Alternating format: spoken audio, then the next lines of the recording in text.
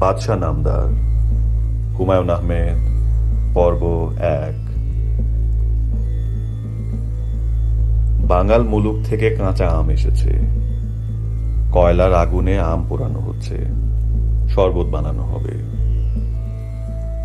সৈন্ধব লবণ, আখের গুড়, আদার রস, কাঁচা মরিচের রস আলাদা আলাদা পাত্রে রাখা।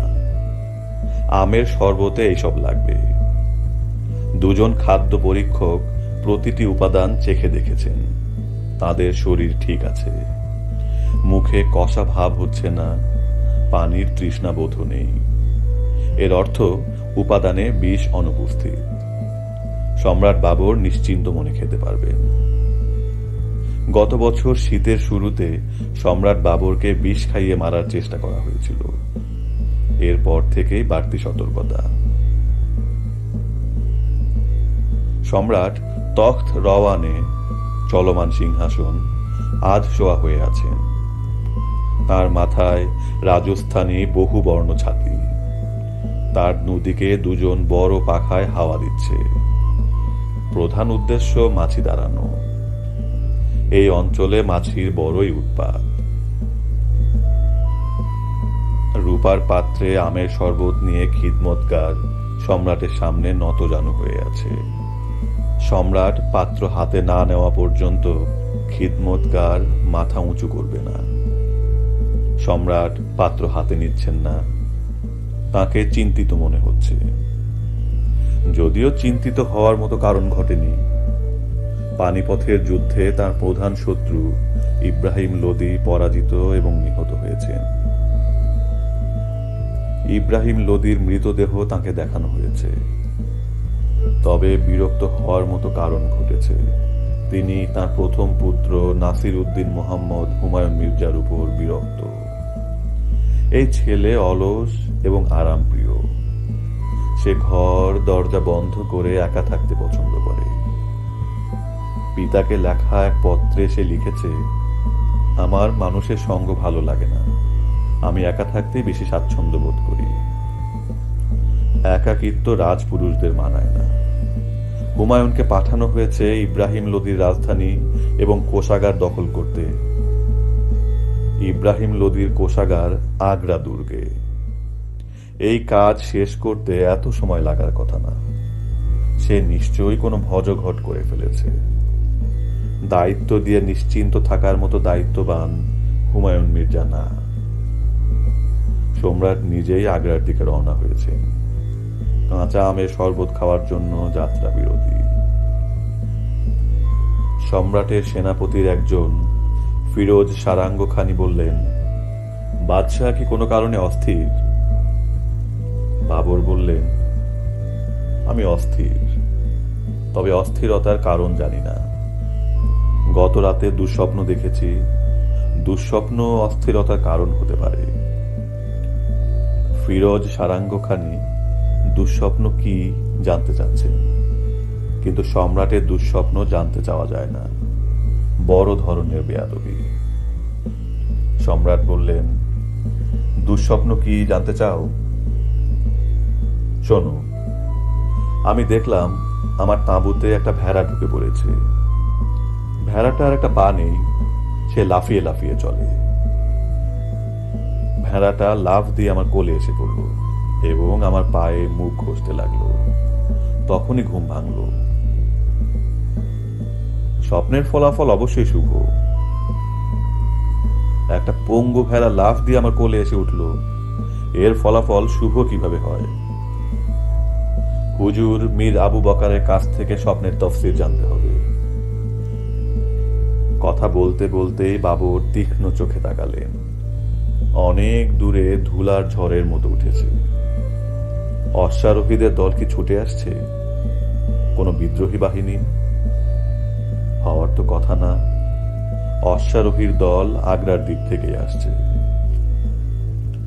এমন কি হতে পারে আগ্রার দুর্গে বন্দী গোয়ালিয়রের রাজা বিক্রমাদিত্যের পরিবারকে উদ্ধার করতে সাহায্যকারী কেউ এসেছে। বাবর ইশারা করলেন।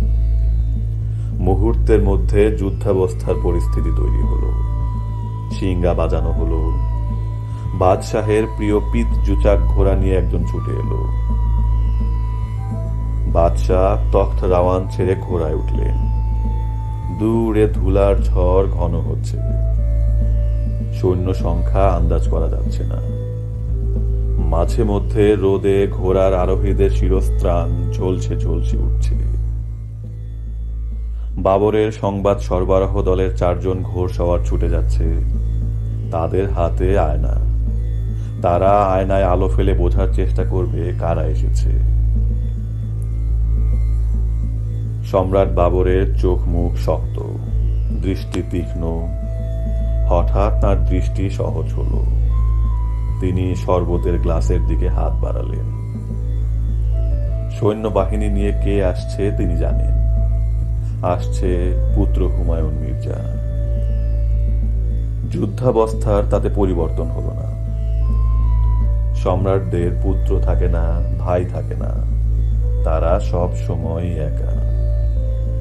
হুমায়ুন যে সসৈন্য তাকে আক্রমণ করতে আসছে না, এর নিশ্চয়তা কোথায়? হুমায়ুন মির্জার অধীনে বিশাল সৈন্যবাহিনী আছে। আগ্রা দুর্গ দখল করার জন্য 500 অশ্বারোহীর একটি বিশেষ দল সম্প্রতি দেওয়া হয়েছে। বাবর বীর বীর করে নিজের রচনা 4 পদী কবিতা আবৃত্তি করলেন। সম্রাটের বন্ধু তার সুতীক্ষ্ণ তরবারি এবং তার ছুটন্ত ঘোড়া আর তার বলিষ্ঠ 2 বাহু, তার বন্ধু নিজের বিচার এবং পঞ্জরের অস্থির নিচের কম্পবান হৃদয়। হুমায়ুন মির্জা ঘোড়া থেকে নেমে এগিয়ে আসছেন। তিনি বাবার সামনে এসে নতজানু হয়ে দাঁড়ালেন। তার হাতে নীল রেশমি রুমালে কি যেন লুকানো। বাঁ হাতে রুমাল রেখে ডান হাতে তিনি নিজের কপাল স্পর্শ করে সেই হাতে ভূমি স্পর্শ করলেন। 3 বার এই কাজটি করে কুর্নিশ পর্ব শেষ হল। বাবর বললেন, পুত্র, তোমার হাতে কি? হুমায়ুন বললেন, সামান্য উপহার। পিতার প্রতি পুত্রের উপহার কখনোই সামান্য না। হুমায়ুন বললেন, অতি মহার্ঘ উপহারও মহাপুরুষের কাছে সামান্য। বাবর প্রীত হলেন। কবিতার এই চরণটি তাঁর লেখা। পুত্র মনে করে রেখেছে এবং সময় মতো বলতে পেরেছে। বাবর বললেন, উপহার দেখাও। হুমায়ুন মির্জা রেশমি রুমাল খুললেন। তার হাতে পায়রার ডিমের চেয়েও বড় একটা হীরা। সূর্যের আলো হীরাতে পড়েছে। মনে হচ্ছে হাতে আগুন লেগে গেছে। বাবর মুগ্ধ গলায় বললেন, বাহ। হুমায়ুন মির্জা বললেন, এই হীরার নাম কোহিনূর। এর ওজন 8 মিসকাল। বলা হয়ে থাকে এই কোহিনূরের মূল্যে সারা পৃথিবীর সকল মানুষ 2 দিন পানাহার করতে পারবে। এটা কি সেই কোহিনূর যা সম্রাট আলাউদ্দিন খিলজি ভারতে এনেছিলেন? এটি সেই কোহিনূর। আপনি হাতে নিলে আমি খুশি হব। সম্রাট বাবর হীরকখণ্ড হাতে নিলেন। মুগ্ধ চোখে কিছুক্ষণ দেখলেন, তারপর বললেন, পুত্র, তোমার উপহার পেয়ে আমি খুশি হয়েছি। এতই খুশি হয়েছি যে এই কোহিনূর আমি তোমাকেই উপহার হিসাবে দিচ্ছি। পিতার উপহার গ্রহণ করো। বাবর লক্ষ্য করলেন হুমায়ুনের চোখ ছলছল করছে। এ কি, এত অল্পতে তার ছেলের চোখে পানি আসছে কেন? একদিন সে সমস্ত ভারতবর্ষ শাসন করবে। পৃথিবীর নানান প্রান্ত থেকে রাজদূতরা এসে তাকে কুর্নিশ করে বলবে, বাদশাহ নামদার। তাকে হতে হবে ইস্পাতের মতো কঠিন। সম্রাট বাবরের ভ্রু কুঞ্চিত হল। তিনি উঁচু গলায় বললেন, পুত্র শোনো, শুধু এই হীরকখণ্ড না, ইব্রাহিম লোদির রাজকোষের সম্পূর্ণ অর্থ আমি তোমাকে উপহার দিলাম। বলো মারহাবা। মারহাবা। হুমায়ুন মির্জা এর 24 ঘন্টার মধ্যে অদ্ভুত এক কাণ্ড করলেন। সেনাবাহিনী নিয়ে তার পিতার দিল্লির কোষাগার দখল করে রাজকোষের সব অর্থ নিয়ে পালিয়ে গেলেন বাদাখশানের দিকে। আগস্ট মাস 1527 খ্রিস্টাব্দ। এই কাজ তিনি কেন করলেন তা এখন পর্যন্ত ঐতিহাসিকদের কাছে রহস্যাবৃত। সম্রাট বাবর তার স্ত্রী মাহিম বেগমের সঙ্গে খেতে বসেছেন। সম্রাট খাচ্ছেন, মাহিম বেগম একটির পর একটি বাটি এগিয়ে দিচ্ছেন। সব খাবারই পরীক্ষা করা। তারপরেও স্বামীর পাত্রে খাবার দেওয়ার আগে নিজে চেখে দিচ্ছেন। বাবর বললেন, তোমার পুত্র যে আমার রাজকোষ লুট করে পালিয়ে গেছে এটা জানো? জানি। কাজটা সে কেন করেছে জানো?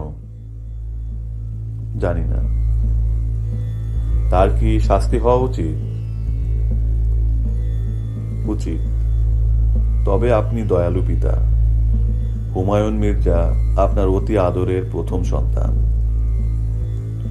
বাবর বললেন, সম্রাটের কোনো পুত্র থাকে না, স্ত্রী থাকে না, আত্মীয় পরিজন থাকে না। সম্রাটের থাকে তরবারি।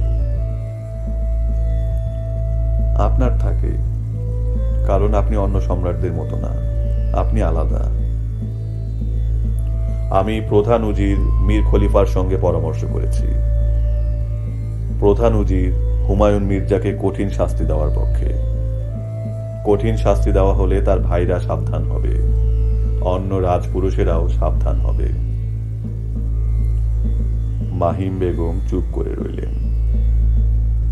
বাবর বললেন, প্রধান উজির হুমায়ুন মির্জার মৃত্যুদণ্ড শাস্তির পক্ষে। হাতির পায়ের নিচে পিষ্ট করে মৃত্যু।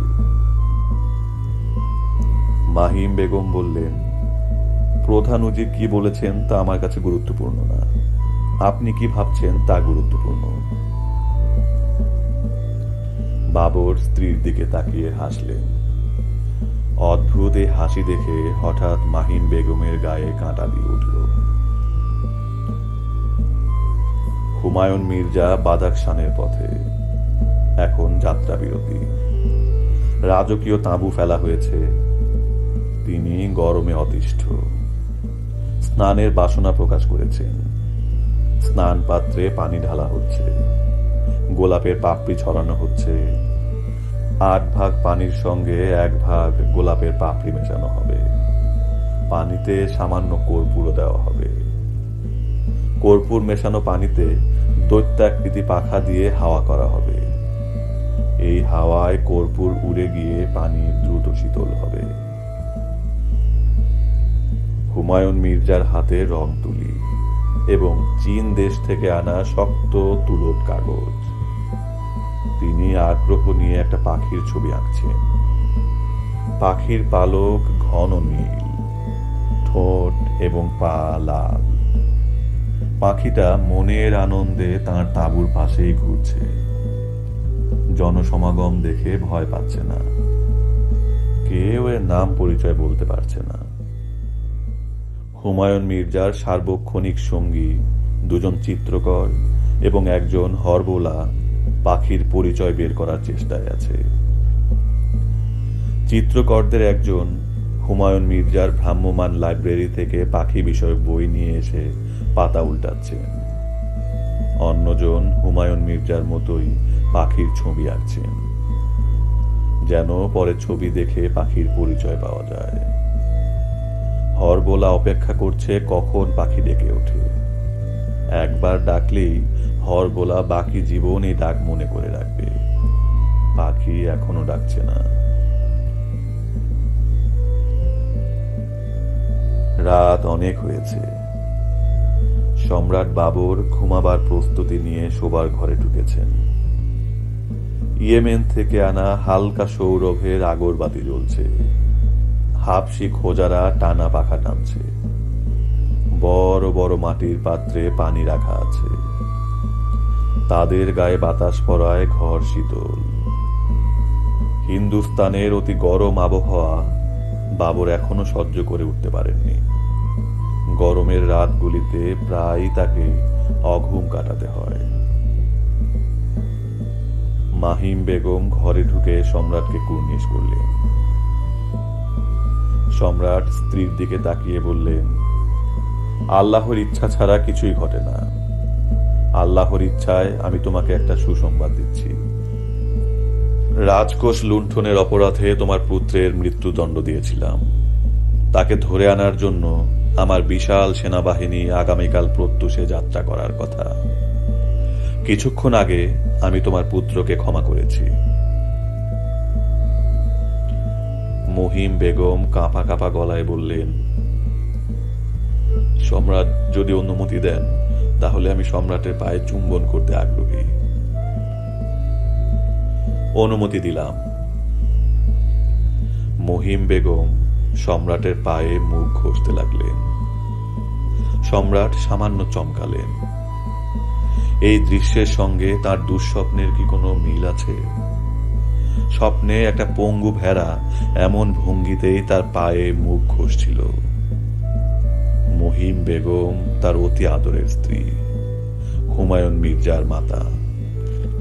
মহিম বেগম বললেন, কাবুলের দুর্গে হুমায়ুন মির্জার জন্ম হয়। তাকে দেখতে এসে আপনি খুশি হয়ে আমাকে 100 আশরাফি উপহার দেন। তখন আমি আপনাকে কি বলেছিলাম আপনার কি মনে আছে? সম্রাট ছোট্ট নিঃশ্বাস ফেলে বললেন, মনে আছে।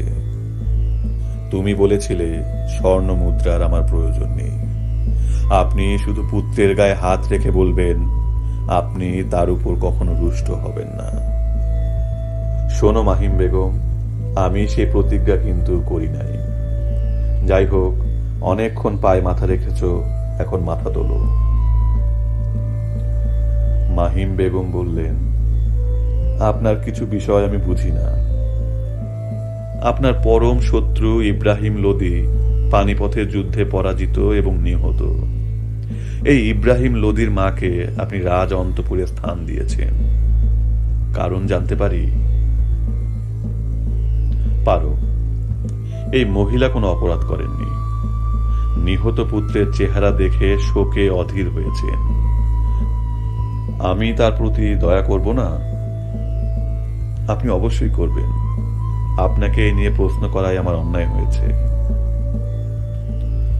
ইব্রাহিম লোদির মা প্রথম সুযোগেই বাবরকে বিষ খাইয়ে মারার চেষ্টা করেন। তার এই অপরাধও ক্ষমা করা হয়। চতুর্থ জিলকত 913 হিজরির ইংরেজি 6 মার্চ 1508 খ্রিস্টাব্দ মঙ্গলবার রাতে নাসির উদ্দিন মোহাম্মদ হুমায়ুন মির্জা জন্মগ্রহণ করেন। তিনি পিতার দিক থেকে তৈমুরের পঞ্চম অধস্তন এবং মায়ের দিক থেকে চেঙ্গিস খানের পঞ্চদশ পুরুষ। নাসির উদ্দিন মোহাম্মদ মির্জা নামের আবজাদ আরবি অক্ষর থেকে নামের সংখ্যামান বের করা, অনেকটা নিউমারোলজির মতো। সংখ্যাটা 913। আমি বাদশাহ নামদার গ্রন্থে 913 আবজাদ সংখ্যায় সম্রাট হুমায়ুনের বিচিত্র কাহিনী বর্ণনা করব। এই কাহিনীতে ঔপন্যাসিকের রং চড়ানোর কিছু নেই। সম্রাট হুমায়ুন অতি বিচিত্র মানুষ। ভাগ্য বিচিত্র মানুষ নিয়ে খেলতে পছন্দ করে। ভাগ্য তাকে নিয়ে অদ্ভুত সব খেলা খেলেছে। আসুন আমরা বাদশাহ নামদারের জগতে ঢুকে যাই। মোঘল কায়দায় কুর্নিশ করে ঢুকতে হবে কিন্তু। নকিব বাদশার নাম ঘোষণা করছে, আল সুলতান আল আজম আল খাকাল আল মুকাররম জামি সুলতানাত ই হাকিকি ওয়া মাজাজি সৈয়দ আল সালাতিন আবুল মুজাফফর নাসির উদ্দিন মোহাম্মদ হুমায়ুন পাদশাহ গাজী জিল্লুল্লাহ।